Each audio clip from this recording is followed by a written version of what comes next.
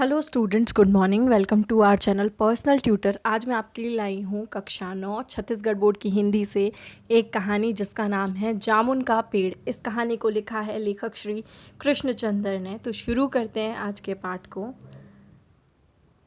रात को बड़े जोर का झक्कड़ था। सेक्रेटेरिएट के लॉन में जामुन का एक दरख्त गिर पड़ा। सवेरे जब माली ने देखा तो उसे मालूम हुआ कि पेड़ के नीचे एक आदमी दबा पड़ा है। माली दौड़ा दौड़ा चपरासी के पास गया। चपरासी दौड़ा दौड़ा क्लर्क के पास गया। क्लर्क दौड़ा दौड़ा सुप्रीडेंट के पास गया।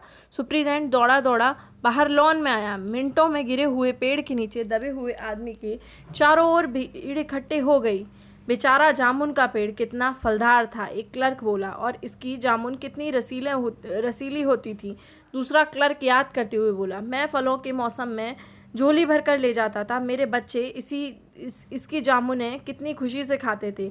तीसरा क्लर्क लगभग रुआसा होकर बोला, मगर यह आदमी, माली ने दबे हुए आदमी की तरफ इशारा किया। हाँ, यह आदमी। सुप्रीडेंट सोच में पड़ गया। पता नहीं जिंदा है कि मर गया, एक चपरासी ने पूछा। मर गया होगा, इतना भारी पेड़ जिसकी पीठ पर गिरे वह बच कैसे सकता है? दूसरा चपरासी बोला। नहीं, मैं जिंदा हूँ, दबे हुए आदमी ने बड़ी मुश्किल से कराहते हुए कहा। जिंदा है? क्लर्क ने आश्चर्य से कहा। दरख्त को हटाकर इसे जल्दी से निकाल लेना चाहिए, माली ने सुझाव दिया। मुश्किल मालूम होता है, एक कामचोर और मोटा चपरासी बोला। पेड़ का तना बहुत भारी और वजनी है। मुश्किल क्या है? माली बोला। अगर सुप्रीडेंट साहब हुक्म दें तो 15-20 माली, चपरासी और क्लर्क लगाकर पेड़ के नीचे दबे हुए आदमी को निकाला जा सकता है। माली ठीक कहता है। बहुत से क्लर्क एक साथ बोल पड़े। लगाओ जोर, हम तैयार हैं। एकदम बहुत से लोग पेड़ उठाने को तैयार हो गए। ठहरो, सुप्रीडेंट बोला, मैं अंडर सेक्रेटरी से पूछ लूँ।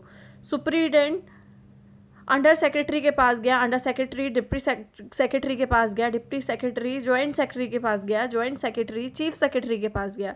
चीफ सेक्रेटरी मिनिस्टर के पास गया। मिनिस्टर ने चीफ सेक्रेटरी से कुछ कहा। चीफ सेक्रेटरी ने जॉइंट सेक्रेटरी से कुछ कहा। जॉइंट सेक्रेटरी ने डिप्टी सेक्रेटरी से कहा। डिप्टी सेक्रेटरी ने अंडर सेक्रेटरी से कहा। फाइल चलती रही। इसी में आधा दिन बीत गया। दोपहर के खाने पर दबे हुए आदमी के चारों ओर भीड़ बहुत हो गई थी। लोग तरह तरह की बातें कर रहे थे। कुछ मन चले क्लर्कों ने समस्या को खुद ही सुलझाना चाहा। वे हुकूमत के फैसले का इंतजार किए बिना पेड़ को अपने आप ही हटा देने का निश्चय कर रहे थे। इतने में सुप्रीडेंट फाइल लिए भागा भागा आया। हम लोग इस पेड़ को यहाँ से नहीं हटा सकते। हम लोग व्यापार विभाग से संबंधित हैं और यह पेड़ की समस्या है जो कृषि विभाग के अधीन है। मैं इस फाइल को अर्जेंट मार्क करके कृषि विभाग में भेज रहा हूँ। वहाँ से उत्तर आते ही इस पेड़ को हटवा दिया जाएगा। दूसरे दिन कृषि विभाग से उत्तर आया कि पेड़ व्यापार विभाग के लॉन में गिरा, इसलिए इस पेड़ को हटवाने की जिम्मेदारी व्यापार विभाग की है।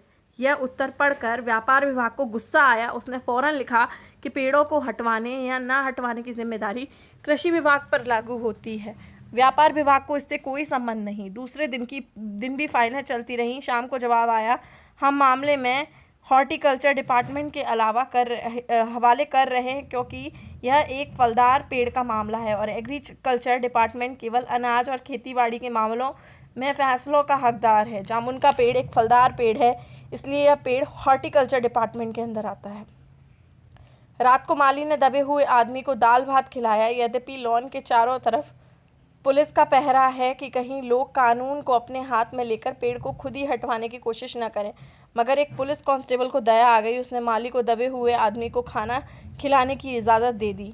माली ने दबे हुए आदमी से कहा, तुम्हारी फाइल चल रही है, आशा है कल तक फैसला हो जाएगा। दबा हुआ आदमी कुछ नहीं बोला। माली ने पेड़ के तने को ज़रा ध्यान से देखकर कहा, अच्छा हुआ कि तना तुम्हारे कूल्हे पर नहीं गिरा, अगर कमर पर गिरता तो रीढ़ की हड्डी टूट जाती।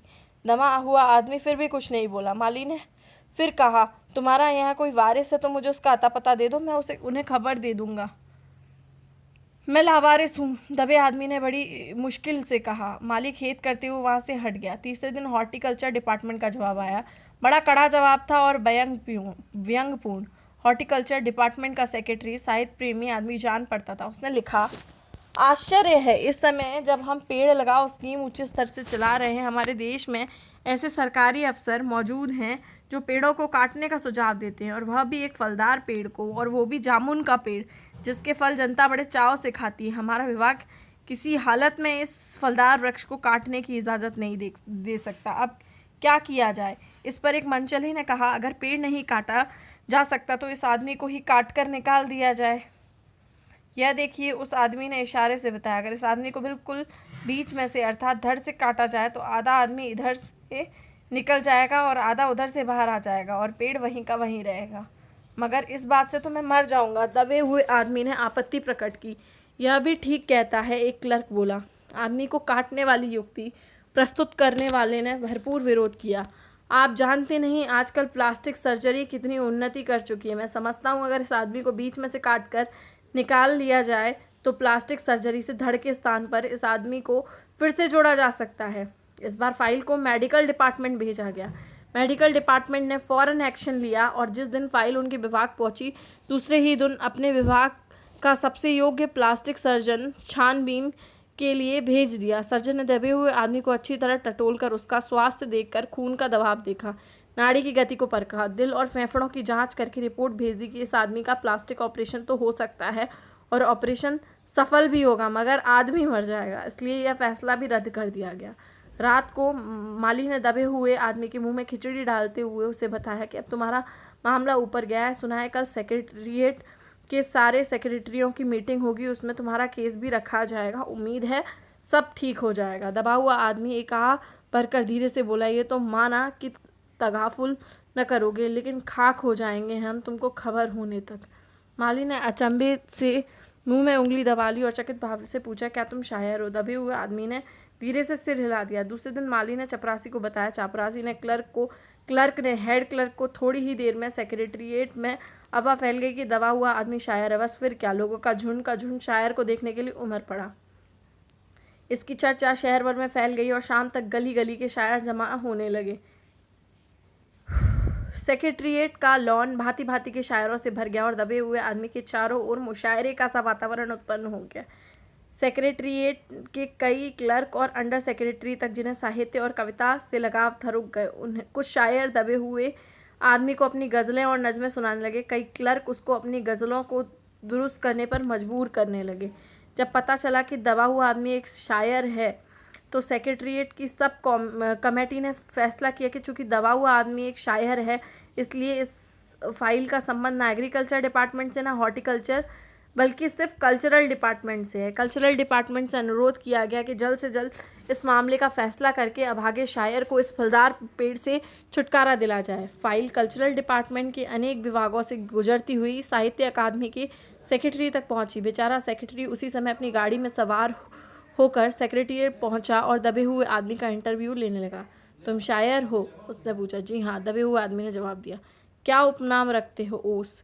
सेक्रेटरी जोर से चीखा, क्या तुम वही ओस हो जिसकी कविता का संग्रह ओस के फूल अभी हाल ही में प्रकाशित हुआ है? दबे हुए शायर ने इकरार में सिर हिलाया। क्या तुम हमारी अकादमी के मेंबर हो? सेक्रेटरी ने पूछा। नहीं। आश्चर्य है? सेक्रेटरी जोर से चीखा, इतना बड़ा शायर, ओस के फूल का लेखक, और हमारी अकादमी का मेंबर नहीं है?